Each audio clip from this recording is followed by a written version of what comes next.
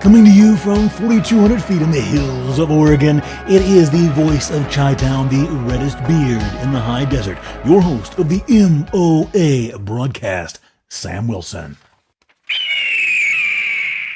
All right, folks, we got a fantastic show lined up for you today. All kinds of good stuff. Let me go ahead and read.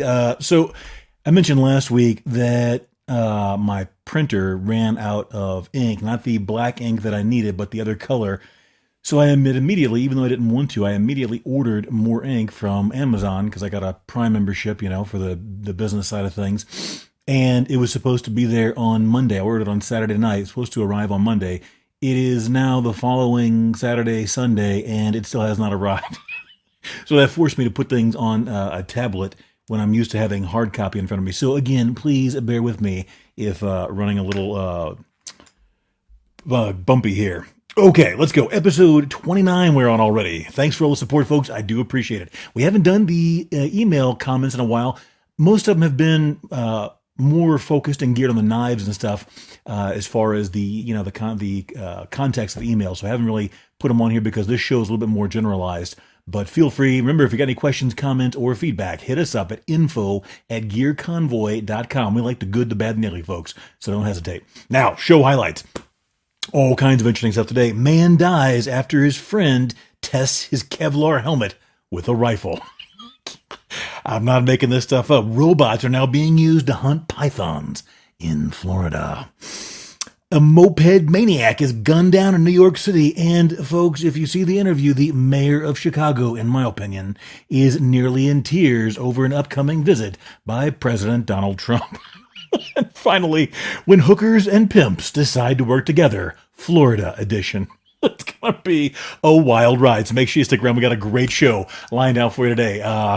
Couple of things I got. So I don't know if I mentioned this on the air or not recently, but I've talked about Dark Knight and Mr. Floofer, the cats that would come around and hang outside the house and the shop.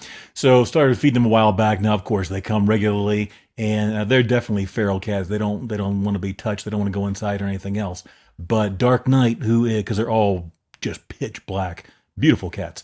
And anyways, Dark Knight turned out to be a female, and she got pregnant, had a litter of kittens. I'm guessing that Mr. Floofers is the father because those two always run together, and he treats those little kitties like his own. Well, anyway, one of them basically tried to claw his way into the house, so I decided to go ahead and take him up on the offer. And now Cobra is the newest addition here at the Gear Convoy / Wilson Custom Knife Shop. So he is turning out to be quite the little beast. He's already at almost 6 pounds.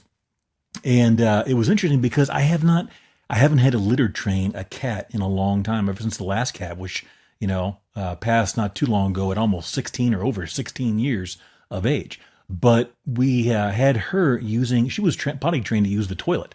So did that not long after I got her. So I had to get a little litter box and all that kind of stuff to get, Cobra geared up and ready to potty train. So whenever I took him in, I had a litter box there the first night. And all I did, and I'm not saying I'm taking credit for this, it was all him, but I put him into the litter box and he rolled around the litter for probably 5 or 6 minutes and just seemed to enjoy it. Probably because he's a street kitty. He's used to being out, on the streets and fields and alleys and stuff. And that was it. I left him. And from that moment on, so far anyway, it's been a couple of weeks now he's been in the house. He used the litter box without any complications so far. So I was really surprised at how easy that was. He was very clearly inclined to just use the litter box with no training at all because I didn't do anything. I was expecting to have to pick up, quite a few messes for the next couple of weeks or whatever. That's it. He rolled around the litter. I left him alone and we're done. So eventually I'll probably try and get him trained to use the toilet like the last cat. And for those of you wondering, no, I am not joking. I need to put a picture up of the last cat would use the toilet for number 1 and number 2. It was actually really cool. There was no smell of a litter box or anything like that. And she was very fastidious about it all. So anyway, that is Cobra. He is, if you don't follow our Patreon, I have, and this is my other quandary I'm in right now. I try and put up the video episode of the MOA broadcast every week, and I'm running a little behind now on our Patreon page. That's for those that pay access, where it's one of the things that they pay like a dollar or a $5 or a $10 monthly donation to, or fee to, however you want to look at that, to support the show. And we appreciate that greatly, because it takes quite a bit of time to put all this together. So I am a little behind because it takes so much time to stitch together both halves of the show, get the music in there, get everything cleaned up and all this stuff, and then to render it out and then to upload it to Patreon. It takes several hours with that setup I have and where I'm at. So I'm sure someone who really knew what they were doing could do better, but that's where so if anybody has any suggestions on how to do that easier, I think instead of doing it in 2 half-hour blocks, I'm just going to go ahead and do it in one full 1 hour block of the whole show. And that way, at least I won't have to go through it twice and do all the editing and everything else. Do it in one shot, then just edit it, set it to render and produce, and just leave it alone for 30, 40, 50 minutes, whatever, and then upload it separately. So anyway, my point was, if you go to Patreon, the Gear Convoy Patreon page, I post regular videos of Cobra and the dog Bacon when we go into town to get supplies and everything. They love tacos, and man, I have not tried. So fried chicken is one of my absolute favorite meals of all time. Last time I went to Kentucky Fried Chicken it's sneaking up on a decade, because where I lived previously, we had Popeyes and Chick-fil-A. I preferred those to Kentucky Fried Chicken, because the last time I went, the chicken tasted horrible. The mashed potatoes and gravy were horrible. The whole experience was disgusting. And I can remember when it was, almost to the day, because I remember I sold a very particular knife that day, and I remember it very clearly. Well, anyway, a couple of weeks ago, I was in town, and the regular fried chicken place that I take Bacon to get his fried chicken tenders was closed, or they had a huge line or whatever. So I'm like, let's go ahead and try KFC. And man, I don't know if it was just the one location or what. It was delicious. I'm a huge original recipe fan, but I always get like an extra thigh or a breast, an extra crispy, to go along with the original recipe box. And man, it was good. The mashed potatoes and gravy were good, not great. And the coleslaw was good, not great. But it was definitely, it was good. It was good stuff for fast food fried chicken. So they were reasonably priced and everything else. So anyway, now Bacon and Cobra are addicted to KFC. When they see me come through the door, or, with the fried chicken, the box, they go bonkers. Or if we pull up in the parking lot, if they're with me in the vehicle when we go to town, they know exactly what time it is. So anyway, interesting stuff. All right, we got to get down to our show. We're already burning through some time here. We go first to Texas. All right, I'm gonna try and not laugh. It's not, I guess, really funny. A man lost his life, but guys, when you read these stories, you have to wonder, how much alcohol or drugs was potentially or possibly involved, or are some of these people in these stories, are they really that stupid that they actually do these things? Here's the headline coming to us from Houston Public Media. Houston area man charged with murder after quote-unquote friends took turns shooting each other, sheriff says. It gets better. Let's jump right in. 2 men in the Houston area took turns shooting each other earlier this month while wearing a ballistics helmet, according to Harris County Sheriff Ed Gonzalez, who said the incident led to the death of one of them and murder charges for the other. Sean O'Donnell, 37, was arrested and charged with murder Thursday in the shooting death of Aaron Prout, P-R-O-U-T. Prout, a 34-year-old man from the United Kingdom who resided in Harris County, the sheriff wrote in social media. Prout sustained a gunshot wound to the head on August 17 in the 23700 block of Pennington Hills Drive, according to the sheriff, who said he was transported to a hospital and subsequently died from his injuries. We are sorry to hear that. Hard to believe, quote, so-called friends would take turns shooting at each other wearing a Kevlar helmet inside a house in a residential neighborhood while using a rifle, Gonzalez, the sheriff, wrote in his post. So apparently these two guys were, we're going to go ahead and leave out all the supposition of potential drug, alcohol abuse, or whatever that may or may not have happened. That's a pretty crazy thing to do to me in my mind, but who knows? Apparently these guys are sitting in a home in a residential area, and one of them goes, "Hey, guess what? I got a ballistics helmet." "Oh yeah? You got a Kevlar helmet?" "I sure do, buddy. Why don't you take your rifle and shoot me in the face?" head, whatever, however you want to put it. It sounded a little more comical to the face, but whatever. Here we are. I mean, what's going through your mind when you decide to let somebody aim not even a handgun? Now, it doesn't say what caliber it may have been a smaller caliber rifle. It may not have been an authentic or genuine Kevlar / ballistic helmet. Who knows? There's a million things that could have gone wrong. But why? How do you get to the point where you're like, yeah, bud, go ahead and shoot me in the head with your rifle. Let's see what happens. I mean, what in the world is going on? Gonzalez said deputies with the Harris County Precinct 4 Constable's Office responded to a call that initially was reported as a possible suicide. But things weren't adding up for investigators, he said. O'Donnell, presumably the man who fired the weapon against Prout, lived at the home where the shooting occurred. A murder charge against O'Donnell did not, okay, blah, blah, blah, doesn't matter. However, a man with the same name and address and birthday was arrested 3-4 days later after the shooting and charged with driving while intoxicated, court records show.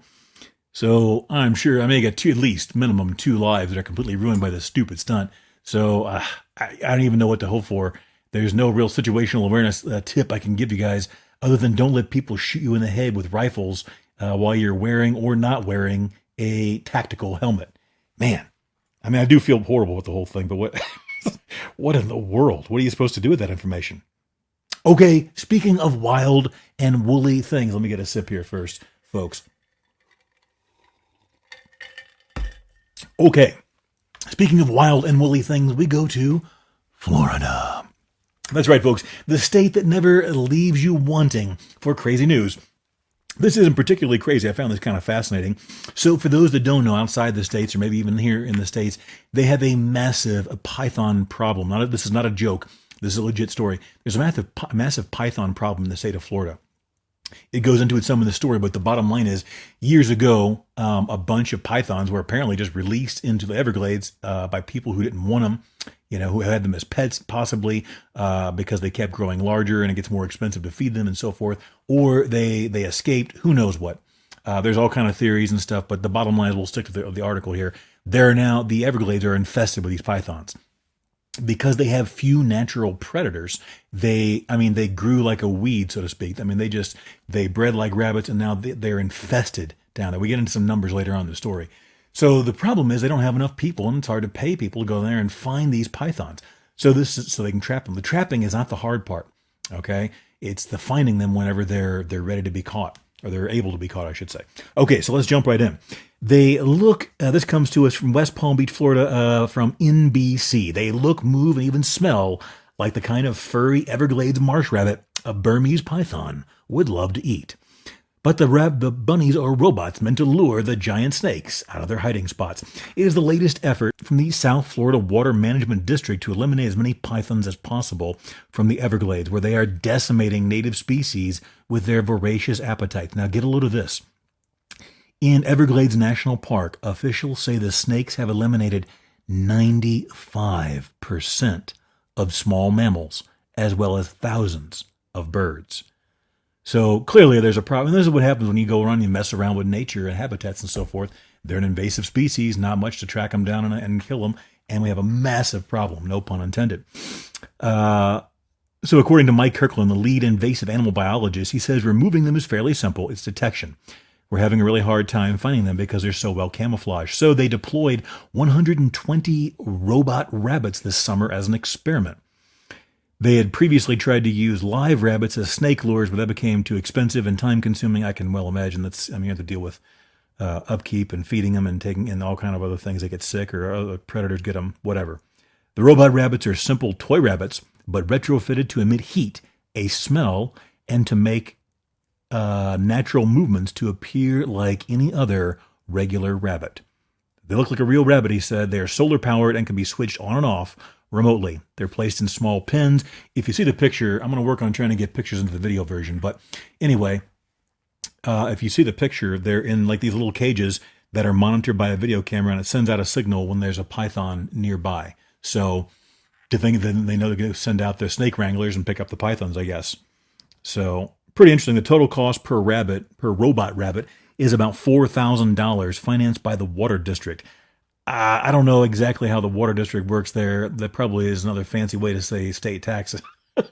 But whatever, if it helps, I mean, I guess if it's something effective and it does something that it's supposed to and does something good, that's what tax dollars should be used for. So, anyways, they have become a blah blah blah. The pythons, okay, we talked about that. Now, interestingly enough, a female python can lay between 50 and 100 eggs at a time, with a gestation period of 60 to 90 days.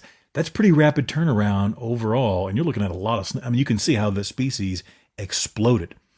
It's not easy to find definite estimates of the number of pythons in Florida, but they recently reported a ballpark number, the U.S. Geological Survey, USGS, of tens of thousands, while other official estimates run as high as possibly 300,000 snakes.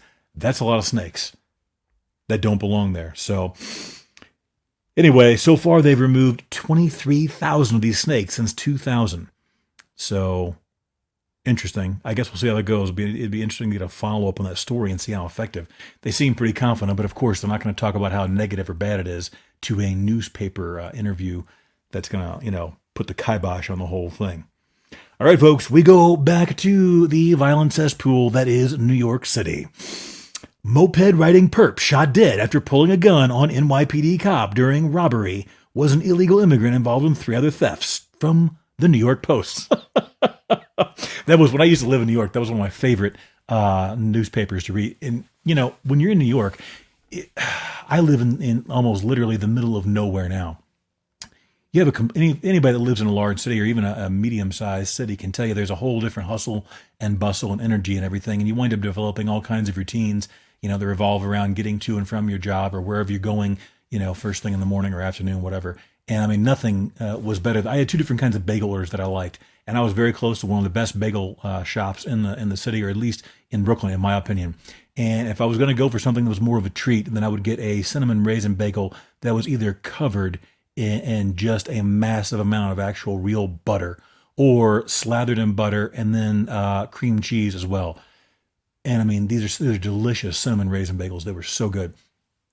If you haven't had a New York bagel, I mean, I'm to the point now where I don't know that I could try another bagel from most other places. Interestingly enough, there are certain bagels on the West Coast. In fact, there used to be a West Coast bagel place when I was in Portland. I don't recall the name of it, but they served West Coast style bagels. They were a lot lighter. They weren't nearly as doughy. They had a lot more like of an airy taste to them, or a texture, but they were very good. And they were really good for making sandwiches. Now, if you take a New York style bagel and you make a sandwich out of it, it can be kind of heavy, in my opinion, unless you're just eating half of it. They would frequently slice it in half. But those are my 2 bagel orders: the cinnamon raisin, covered in butter, or butter and cream cheese, or if I was really, wanted something a little heartier or different, later in the day maybe, or like a breakfast style thing, I would get an everything bagel with cream cheese and lox on it. And just, load it up. And these places would do that, man. There was no skimping. You go to the right bagel place, they didn't sit there and skim. They knew happy customers would come back every day. They knew lots of their customers. A lot of these shops were small.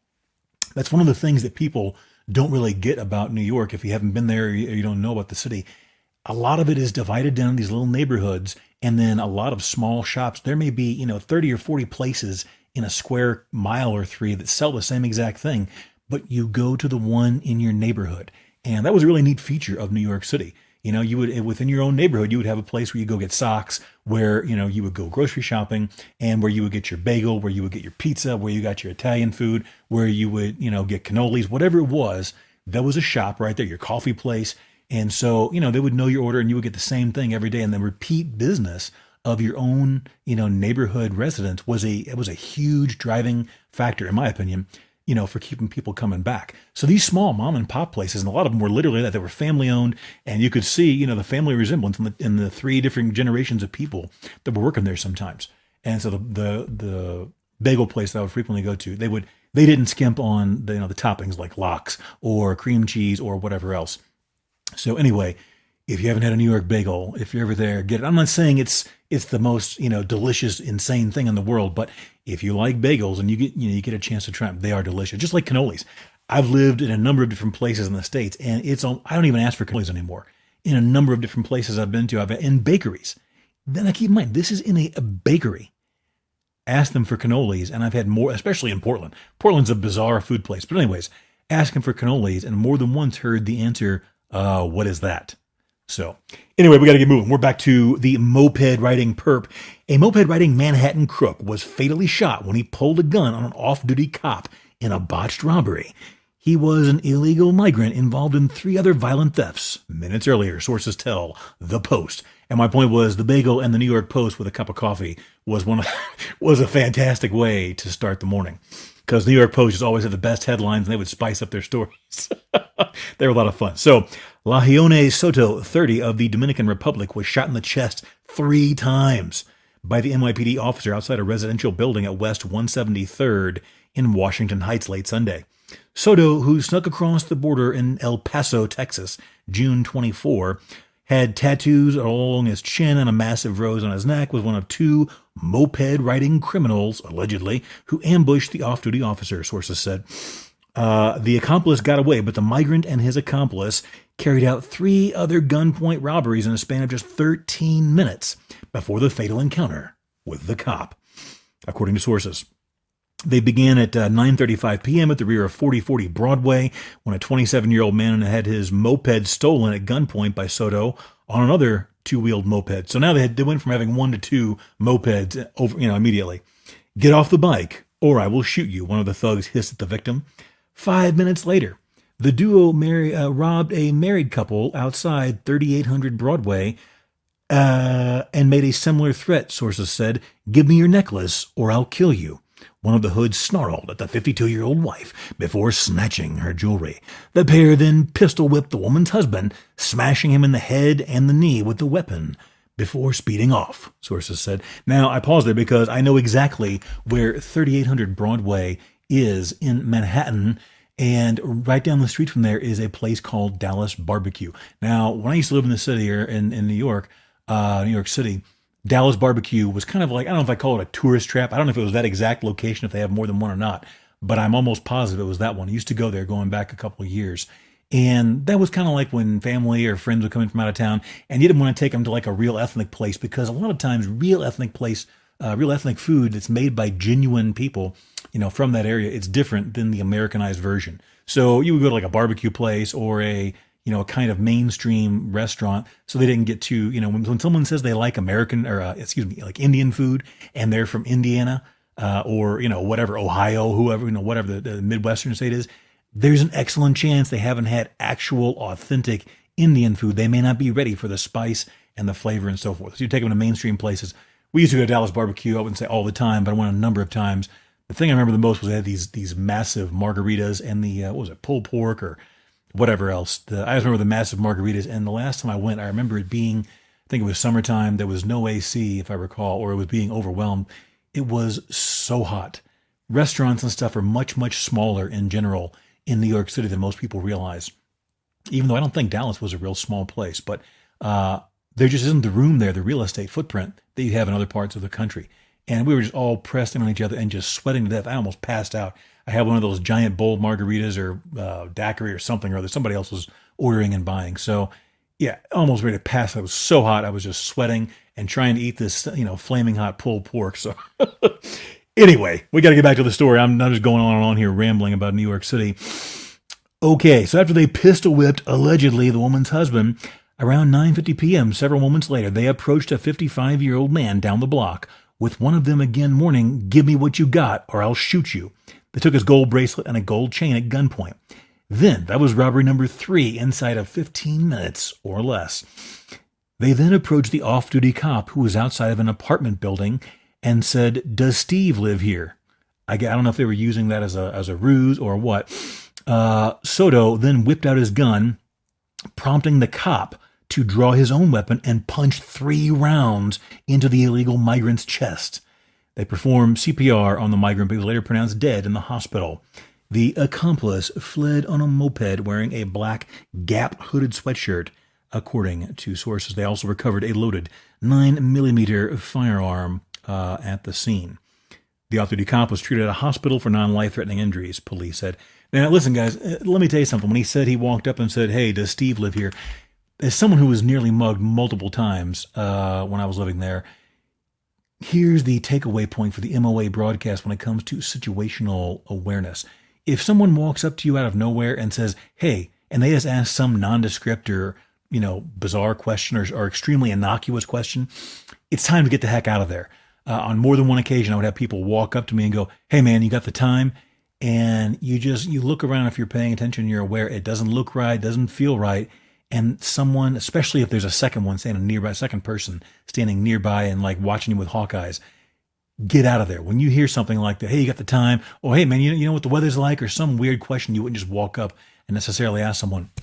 It's time to go and get out of there, because something bad is probably about to happen. And it did right there. That guy got punched out 3 rounds in the chest by this cop. So yeah, wild times. Okay, our next story, and let me get a sip here.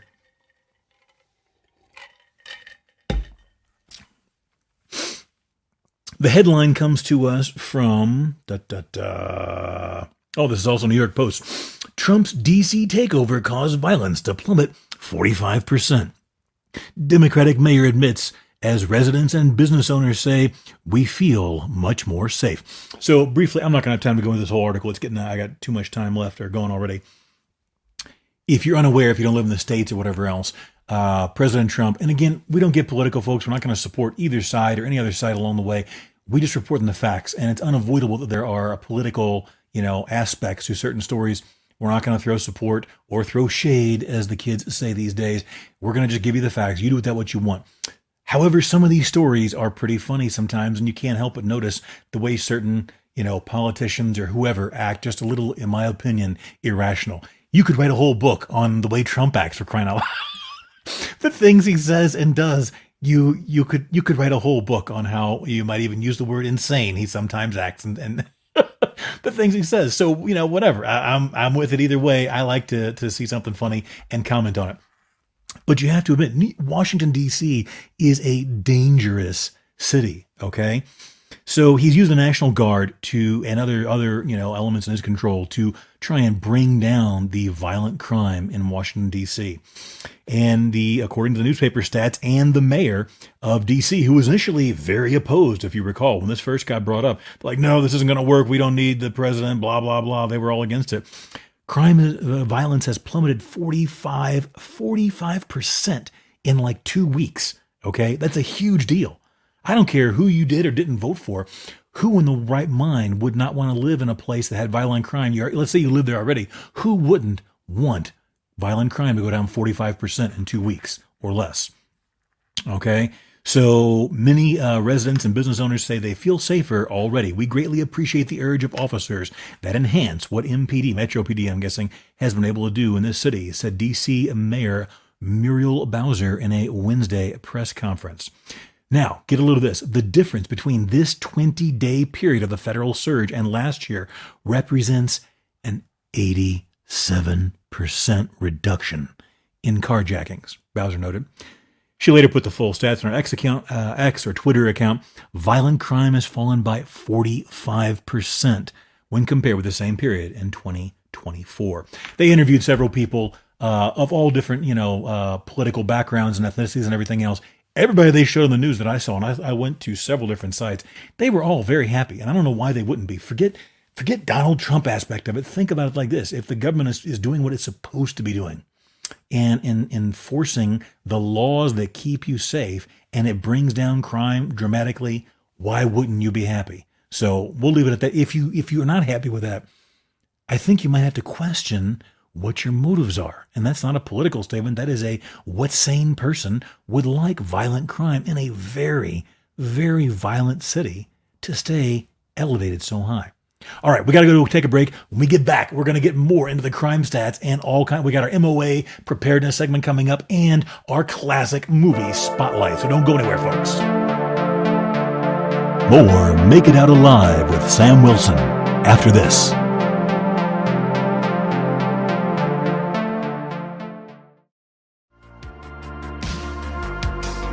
You're listening to the MOA Broadcast with Sam Wilson. Will you make it out alive? All right, folks, and we are back from the break. It is time for more MOA Broadcast with your host, Sam Wilson. Okay, so before the break, we were talking... were talking about the violent crime in Washington D.C.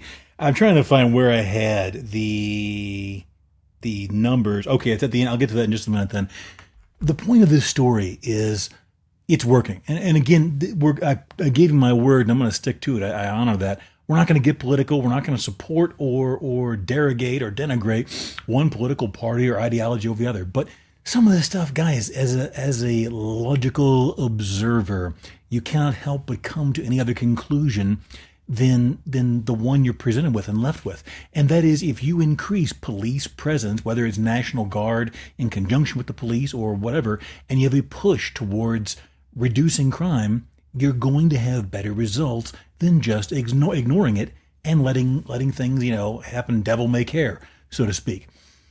And that's what was going on. All these cities that were, and again, I'm not going to get overly specific or political, but there were a number of cities that were all getting, having a hissy fit that the president may be bringing in the National Guard or whatever to bring down some of the crime in these out of control cities. Okay, you know what? Let's just look at the numbers. Where did it go? Okay, so for Washington, D.C., in 2024, they had 190 homicides or murders. That's one every 1.92 days. Okay, so basically every 2 days, somebody was getting murdered in Washington, D.C. If we go to 2023, they had 274 homicides, which is apparently a 26-year high. This is supposed to be the city, and that's one homicide every 1.3 days. Okay, that's not even every day and a half, 1.3 days. If my math is correct, it may be wrong. I don't know. I've made mistakes before. But 274 homicides, okay? This is supposed to be the nation's capital. This is where foreign countries, their emissaries, and their leaders come to visit and everything else. Wouldn't you think that a government or whatever would want to put their best foot forward and look the best and the most peaceful and calm and strongest and blah, blah, blah? If you ever read history on the way Washington, D.C. was designed, the city was planned out and designed, it's fascinating. That's exactly how this works. And that's not a political opinion. I learned that in social studies or civics class growing up. Those numbers are crazy. Wait until you listen to Chicago, though. I got to do this one on the computer. Let's see. I had too many things to save to the tablet today. Okay. Murders and shootings. This sounds like this. You can't even believe that these numbers are real in the city of Chicago. And the point of this was Trump's already doing this in D.C., the president. Let's leave Trump's name out of it. I don't want to argue about Trump pro or against or whatever. I don't want to get into that. The president has already been doing this in Washington, D.C. to fantastic effect. A lot of people were interviewed by news sites of both, affiliations, red and blue. Let's leave it at that. And everybody was like, yes, this is better. We are much happier. We feel much safer. There is so much National Guard and police presence. They have the National Guard members going around picking up trash in parks and on sidewalks. Why is that a bad thing? People are safer. Murder. They went I think they just had a murder the other day, but that broke a 12 or a 14-day stretch of no murders. Now keep in mind, again, last year they had a murder every 1.3 days.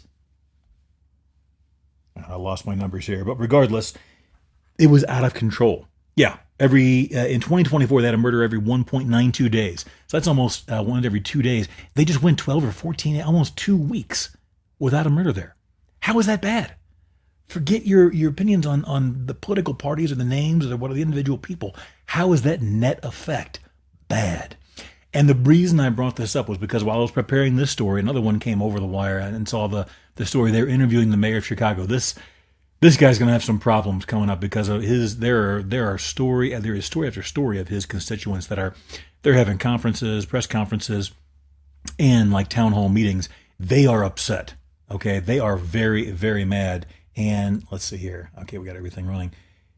Got to check. I got so many things going simultaneously on the computer and the tablet and so forth, and I'm not a technologically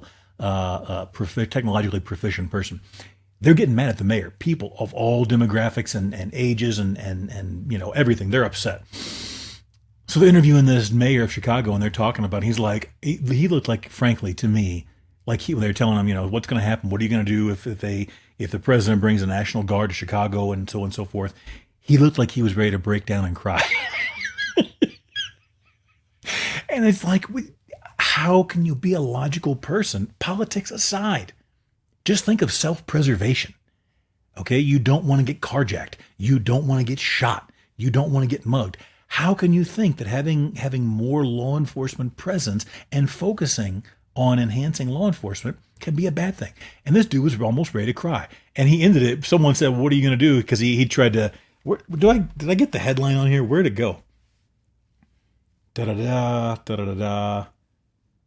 Here's the Mayor Johnson, the mayor of Chicago. He signed an executive order demanding President Trump stand down on threats to send troops to Chicago, according to WGN. Can you imagine a mayor of a city telling the president of the United States, "Stand down, bud, we got this"? You don't. Do you want to hear the numbers? Look at Chicago. But he was ready to cry. Someone asked him, "What are you going to do when they, if they come here?" And he said, I issue this executive order and they're going to do what I say and I'm staying down, blah, blah. And the reporter's like, "But what are you going to do if they do show up?" And he's like, "I don't take orders from the federal government." And he just stormed off. He looked like an obstreperous child about to get a spanking. It's not going to be good. But here are the numbers, folks. Listen. Okay, if we go to year 2024 in Chicago, this is last year, they had 581 homicides. What was the number for Washington, D.C.? Washington, D.C. is one of the most dangerous cities in the country, and they had 190 murders. Chicago last year had 581. They had 2,815 shootings in 2024 alone. Go to 2023. They had 581 murders in 2024. In 23, they had 621. In 22, 715. In 2021, they had 805 murders and 4,419 shootings. That sounds worse than RoboCop. This is insane. We've talked a number of times about the massive crime level and problems in Chicago. I've got multiple friends and people that I know that live in Chicago. I used to love visiting Chicago. The food there is some of the best in the country, in my opinion. And it's a very beautiful city. It really is. Big and wide streets and in certain areas and stuff. Beautiful. I love going there. But these numbers are insane. Those are bad numbers. There's a train in the background for those even familiar. Why would you not want assistance or if you're able to fix it yourself, do it? And again, we're not going to get political, but it was funny because I saved initially. Okay, so this is the last thing we're going to say, and then we're going to move on from all this political stuff and put it behind us because we don't want to give even the appearance of being a political or being non-politically neutral in the MOA broadcast. But if you'll recall, if you be the news, it's no secret to anyone that President Donald Trump and the governor of California, the current governor of California, Newsom, they don't really seem to care for each other. And I think that's putting it mildly. Okay, so when the president first started talking about we're going to use the National Guard and troops and this, that, and the other to bring down crime, Newsom, of course, being one of the biggest states, so to speak, in the country, was one of the first to criticize, "Oh, this is a bad idea. We don't have a crime problem." Blah, blah, blah. Okay, guess what happened? Where did I save it? Did I save the headlines?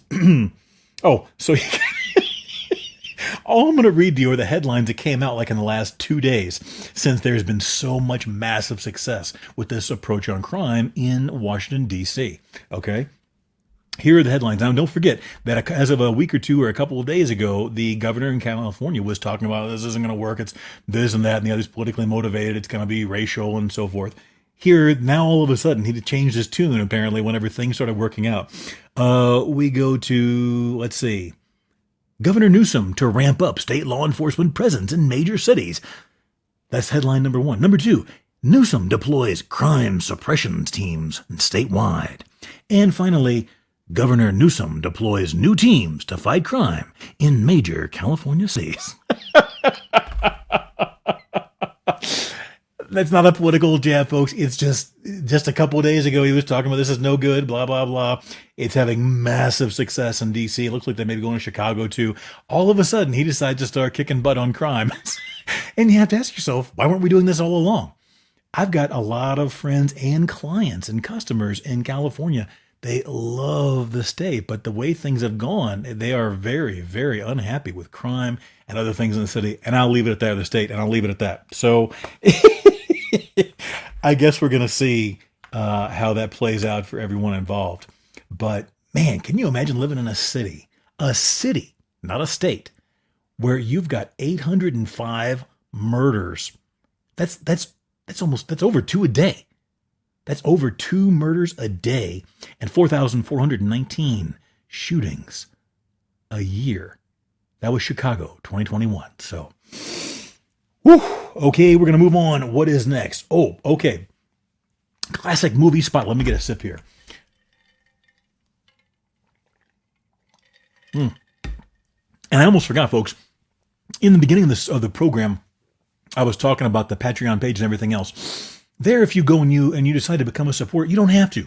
This podcast, the audio only version, goes out on Spotify, Apple. It goes out over the radio. You can find it on the website, www.gearconvoy.com.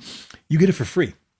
We have a Patreon page where if you want to support $1, $5, $10 a month, you can. You do not have to get the wonderful, in my opinion, information in this show. And on top of it, you can find all that info if you go to gearconvoy.com. There's a tab for the MOA Broadcast and the books and everything we have going on.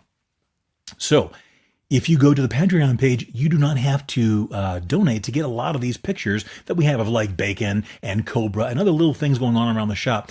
A lot of the information there is free too. Primarily, it's the video versions and a few other things that we have to, it's behind a paywall, so to speak. But don't hesitate to go check that out. If you go to Patreon, Patreon, you go there, you can find us under Gear Convoy. Or if you just go to gearconvoy.com, there's a tab at the top. You click on it for the MOA Broadcast, and all the links and everything are there. It explains how it works, and you don't have to pay anything. But you can see what Cobra and bacon look like and all of our adventures getting fried chicken in town. So let's move on. What do we got? Okay, our classic movie spotlight. Now, we've done a number of like 60s and 70s action films, and we've had kind of a highlight or a spotlight on Charles Bronson films. I really, really enjoyed the Charles Bronson films of the 60s, 70s, primarily 70s and 80s. Not just because of the action, sort of thing, but they were very minimalist, very reductive. That's probably not the right word. I'll say it another time. But they were very minimalist. They had little, very sparse dialogue, and they just had a focus on letting scenes and everything else do the talking. The action do the talking and facial expressions, and they kind of relied on the viewer to make their own deductions on what's going on. They were a lot of fun. So we did Hard Times, one of my all-time favorite films, where he is a boxer in the Depression, a bare-knuckles boxer, street fighter. Good film. Definitely watch it. We did Mr. Majestic, I think, which was last week. That was a very solid film, too.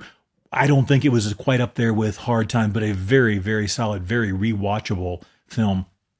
And that was based on Elmore Leonard novel. We did that last week, but Elmore Leonard did a ton of good novels and screenplays and so forth.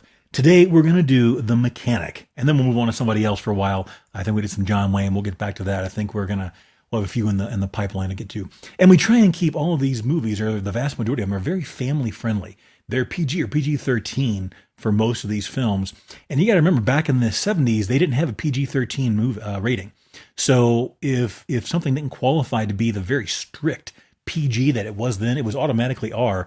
And some of the R films back then would barely be PG by today. I think the first PG-13 rating came out in 1986 or so, and I think Red Dawn was the first movie to get that rating. So prior to that, it was either PG or R. So a lot of films they're not nearly as bad as they may sound. Use your own judgment, and we'll move on.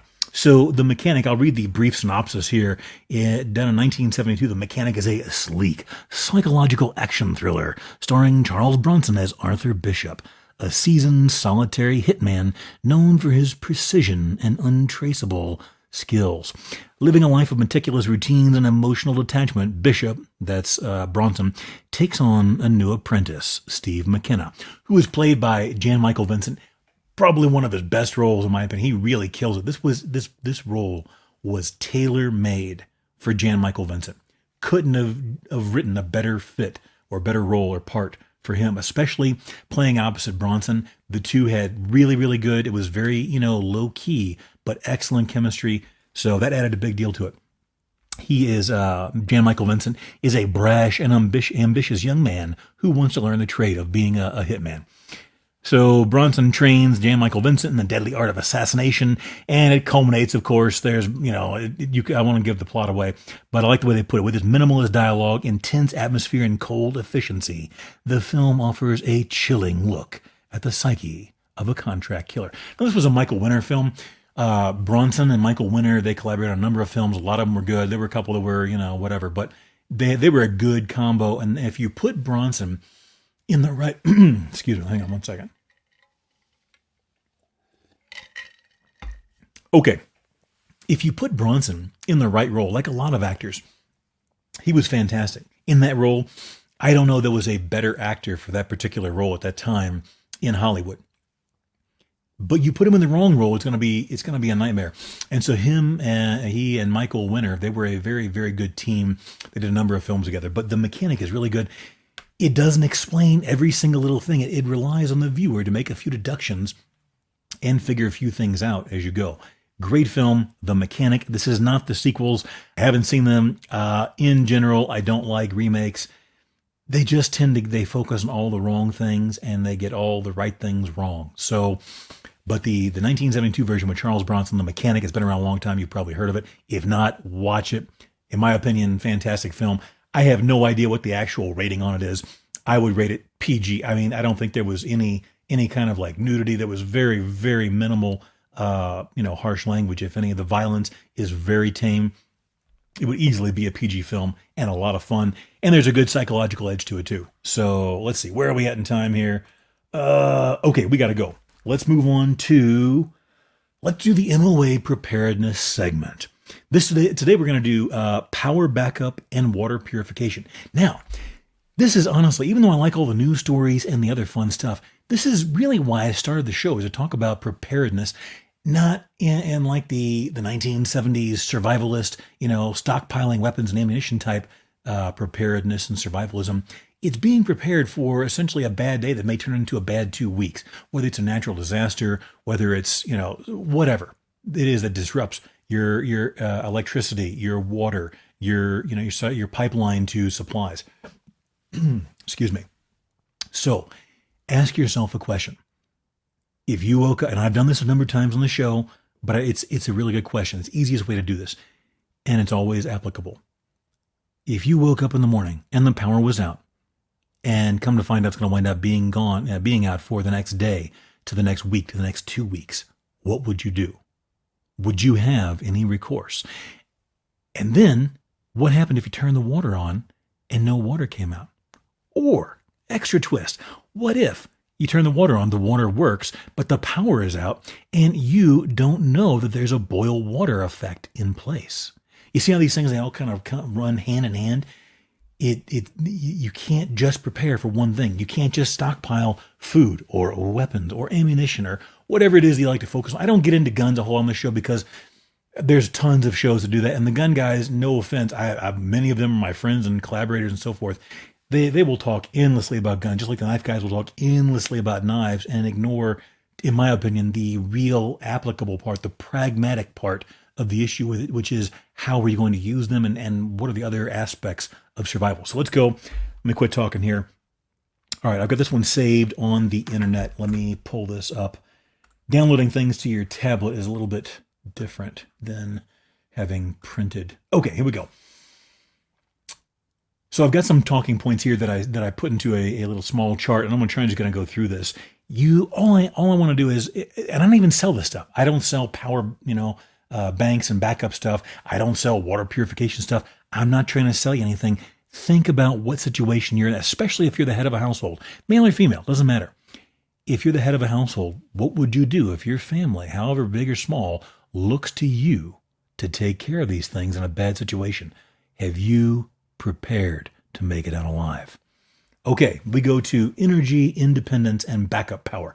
Now, these are all with a shelter-in-place focus.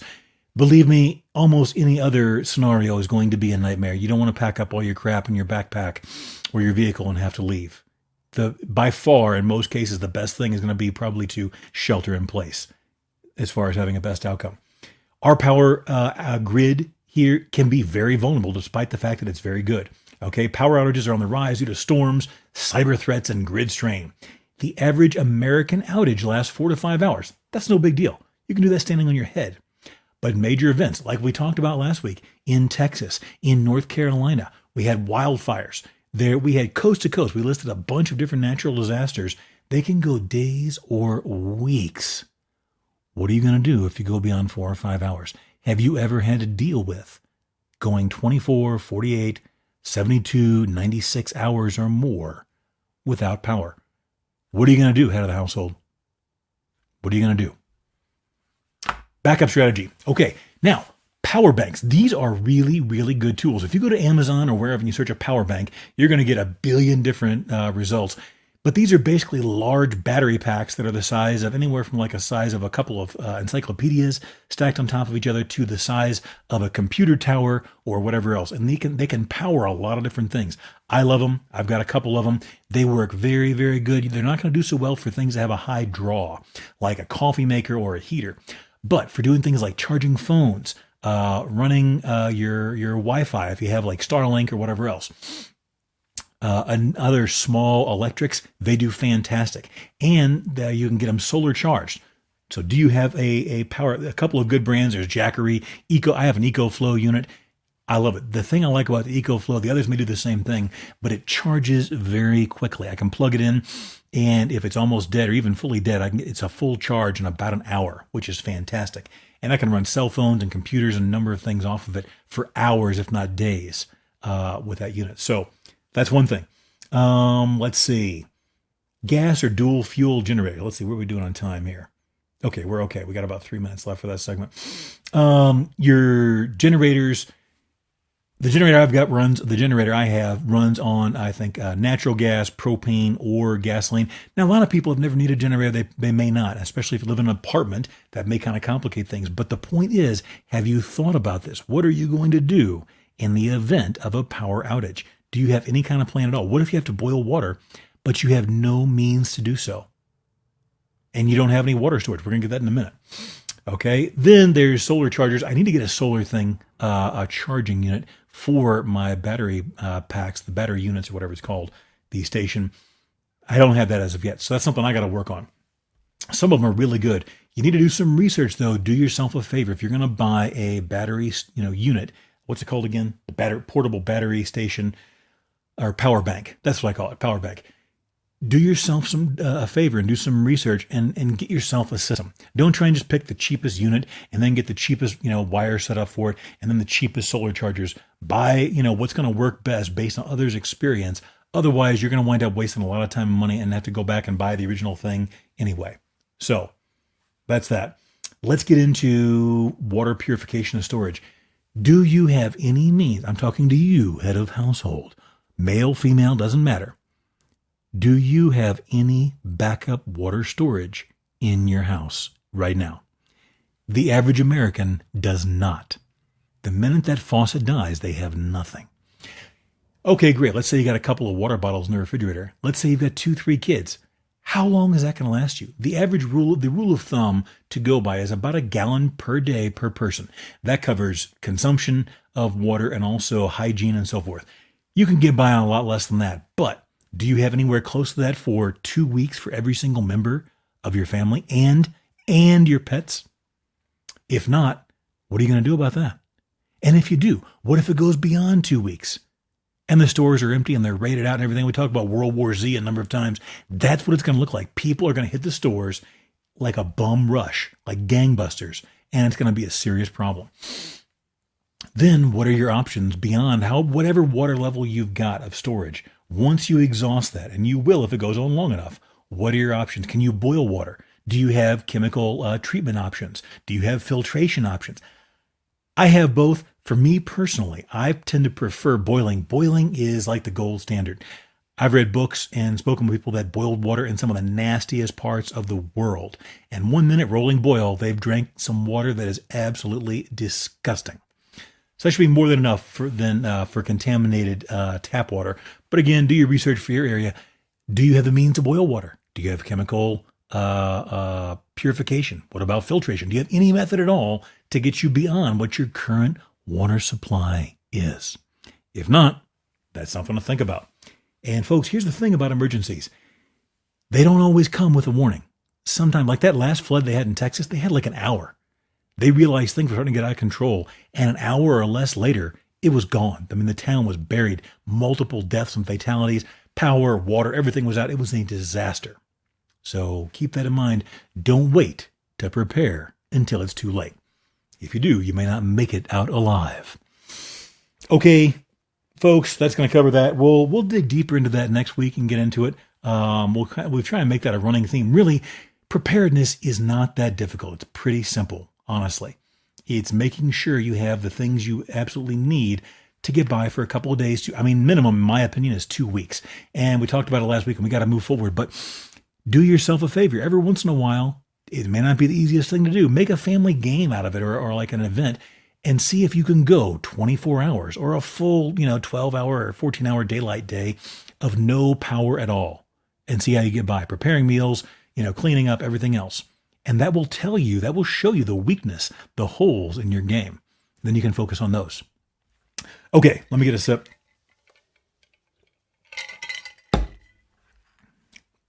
All right, folks, you may have guessed it. Now we go to Florida. I'm going to read you the headline and then we'll jump right in. This is according to the Miami Herald. A Keys man paid $900 for sex, but the prostitute and her pimp wanted more, cops say. A Key West man who paid a prostitute $900 for, let's say, 3 hours of adult fun time in one afternoon was attacked and robbed inside his own home by the prostitute and her pimp, police say. Whitney Nicole Mullins, 24, and Jason Robinson, 35, both of Deltona, were arrested on charges of home invasion with a weapon and false imprisonment for the attack on the 800 block of White Street. The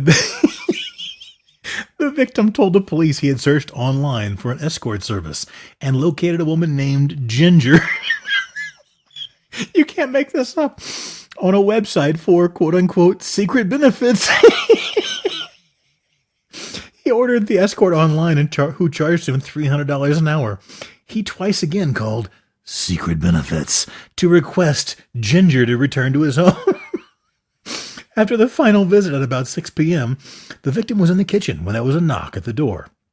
When the homeowner, the victim, answered it, Ginger